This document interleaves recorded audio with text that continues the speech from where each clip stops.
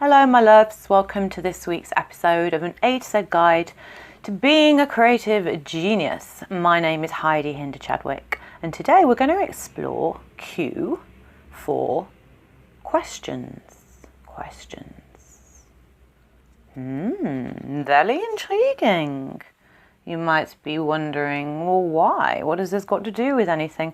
Which are two examples of very fine questions to ask. When we're little, we pretty much begin to get a sense of the world through asking questions. We want to understand everything because nothing is fixed yet in our idea of what something is all about. So we're still very fluid and very absorbent to all the information around us, and probably for most of us we're kind of told an answer, and it's probably the answer that the person who is telling us, I'm guessing likely parent or a teacher, someone in authority, and maybe they've got the answer from someone else in authority, or a book that somebody's written that's full of knowledge, so therefore it has to be the truth. So in a way we're handed these perceived truths about life that then we take in, and because they seem to be repeated around us by people who are very certain that that is the truth, we take that on board, we tick that off the list, that's the reason why, that's what that is, and in a way it becomes part of who we are, almost like a brick in the house of our identity, I guess. So living the questions, or living in the question, in a way we begin to chip away at the cement. Almost like the question goes in through the cement between the bricks, so they begin to loosen a little bit, and maybe some of these start to fall away.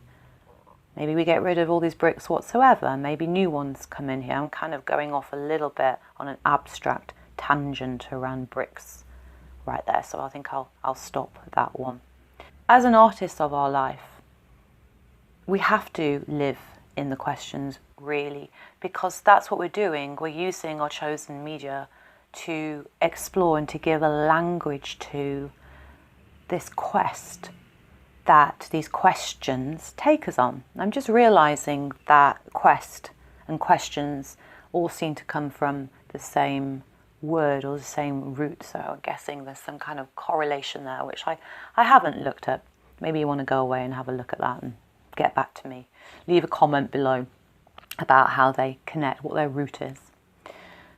We can get stuck though in our lives by the questions that we ask, the what and the where and the when and the how and the why. I've experienced this myself. I probably spent most of my life stuck with that question of how. How do I do this? How do I make these changes? How do I live in the way that I really feel is more in alignment with who I am, but this is how my life is right now? And actually, when we're working with our creative dreams, and as a creativity coach, that's what I'm doing, these are the questions that in a way have solidified, kind of got stuck, and therefore had stopped the client, stopped the beautiful human being in front of me from finding out the answers. Because we're funny creatures, aren't we, as human beings? We want a guarantee. We want to know what the answers are already, almost like we want that signed in a contract with blood by God, by somebody in authority who knows, like they did when we were little and sat in a little desk and wrote all this stuff down, which was this truth that we've been told. And life isn't like that. And unless we have that innate courage and bravery, which again maybe is due to how we've been brought up, when we've asked a question when we were younger, maybe what we got back was the gift of being mirrored in that.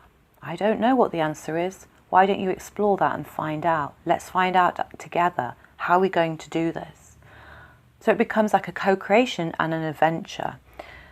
When we're given all these answers, we've kind of lost that sense of going on an adventure.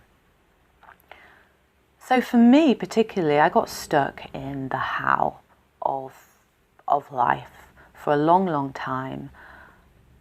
And in a way, I was kind of using my mind to try and find that answer, even though it wasn't very clear for me. And it stopped me. It stopped me for many years from going for it, actually, from taking a leap of faith, from diving into that realm of this question. Because the thing is, when we start to live in the questions, we literally get inside the how and the what and the why and the where and the when. We start to swim in and with that, asking that question to show up for us. So that takes for us this willingness to first of all be quite conscious, to be quite awake, to be aware, to be listening, to be seeing, for allowing our senses to be really switched on to receive. Because the questions often that we ask, we're not going to find from this place of knowledge, in our mind and our brain. They're going to come from our heart. They're going to come from a felt sense, from the body, from life itself, from the mysterious, ridiculous, ludicrous, extraordinary vastness of life itself. And that's great. That can just be extraordinary. And it requires of us to be open and curious, and also to improvise, actually. It requires us to improvise on this grand stage of not knowing. And the thing is then, when the answers do come to us in whatever form they take, and they always will, if we are serious enough, we have that intention behind the questions we're asking, we offer them up to something bigger than us, as a prayer, to spirit, to whatever it is that you might believe in, to something out there, because I don't have the answers here. Life takes on this experience of being more a playful game. Something that we are actively a part of, that we have a responsibility towards. And that's really something that's really enlivening. And it's completely unknown. But the thing is as well with that is when we start to question and allow this possibility of the answers coming to us, what happens then is that we acquire wisdom. Different from knowledge. Knowledge has a dryness about it. Possibly somebody else's truth somewhere along the way. But wisdom is our own truth. And it's alive. And it's juicy. And when we start to live then from this wisdom that we are receiving and acquiring and embodying, life takes on an incredibly different tone. Living the questions. And it possibly means then that these questions that we asked a whole room full of people, that we'd all find an answer that maybe is very unique to each of us and the remarkable life that we are living. There could be nuggets of truth that runs through each of us in response to that question, but perhaps its form will be very much relevant and resonant to who we are. The thing is, this requires us to let go of control, of needing a sense of certainty. And as all of us human beings have, we desire security and a feeling of being safe. It's very innate in us as vulnerable, fragile, fallible human creatures. And I think that's very normal. But it can limit our life, it can squash our life down, and we can live much more then in a place of fear and not really taking any risks whatsoever, because we're edging always towards what we believe is a certainty. And it's a funny thing with control. Control's a bit of a fucker really, because if we really just zoom out slightly, how on earth can we have any belief that control is in our hands whatsoever? because life is changeable. That's the nature of life. Even those bodies that we're inhabiting are changing, and we can't do anything to stop the changes. Everything outside of us is beyond our control, but we try, don't we? We try to control the people around us, to try and control situations, to control finances, to control work, to control how we are perceived. Everything. And that's a lot of work, and that's a lot of energy, and that's a lot of time and attention given to this illusion of control. And we may think that, yeah, I've got it, everything's under my control, and then just one little thing happens and the whole thing will fall down, a little bit like, when you build like a playing card tower, which I don't know if anyone ever does anymore. Living without control means living in a place of uncertainty, which is scary. Of course it's scary, because that's the whole point. We have no idea what's going to happen. But the only safety and security we have, and it is such a cliche, but it's true, is in being really anchored and a really strong sense of who we are. And this is where questions, again, are helpful, because we can ask ourselves, what are my values? What is true for me? How do I support a life that feels that it's what's calling me? Who am I, really? If I was to let go of all the things that I've been told as truths, all these beliefs, all these stories that I've been carrying around, what's left? What do I even like anymore? What have I been censoring? What have I been carrying that's actually not the right shape for this person, that who I am? What have I been believing that I'm not capable of? Because that's what I've been told, and therefore that's what I've believed and not questioned.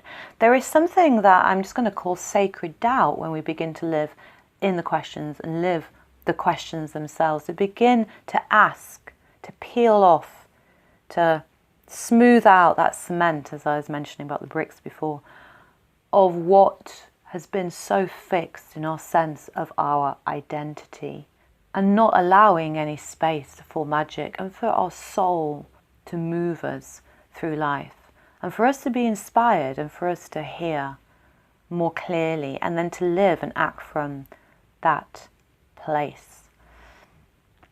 It might require of us then to act in ways that can seem quite bizarre or ridiculous or nonsensical, to make decisions and create choices that others around us might tut at or disapprove of, or not like, or not get, or try and dissuade us from partaking in.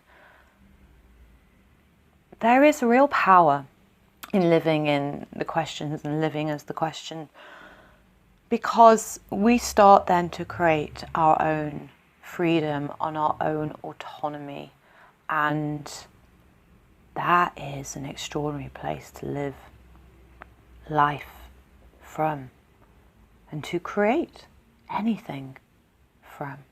But what it does mean is that we start to live more and have more a sense of true faith, pure faith, faith that we have built a foundation from asking questions, from doubting what we think that we know. And actually probably the most powerful prayer that we can use, or the most powerful phrase that we can offer in response to these questions, if we're really honest with ourselves, is, I don't know. I don't know. I don't know. If we answer all of these questions first and foremost with that, I don't know, and then listen and be open and be available and be willing to see what gets in the way. Question that. Why is this coming up in the way? What can it show me? Live everything as this question. And as we do so, what then happens is there's no full stop. There's no the end until, gone the end. There is just this continuous unfolding of possibility, and new chapters and new stories and new adventures and new lives that we can have and experience completely simply by being receptive.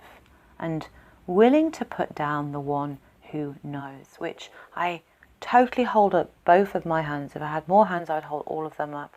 Has been something that is an edge for me, continues to be so, putting down the one who knows and being willing to be open to not knowing and to that grand question of I don't know, and being willing instead to live the questions. This will change your life, inform your art and your heart and your relationships and your business and everything that you care to offer and be in service to in unimaginable ways. So I thank you for your time and for your attention. I'd love to know what your thoughts are on this, and if you have any questions, please drop them in the comments below.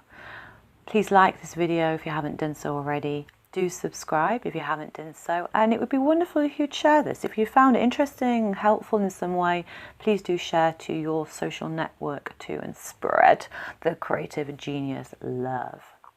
So until next week, see you soon.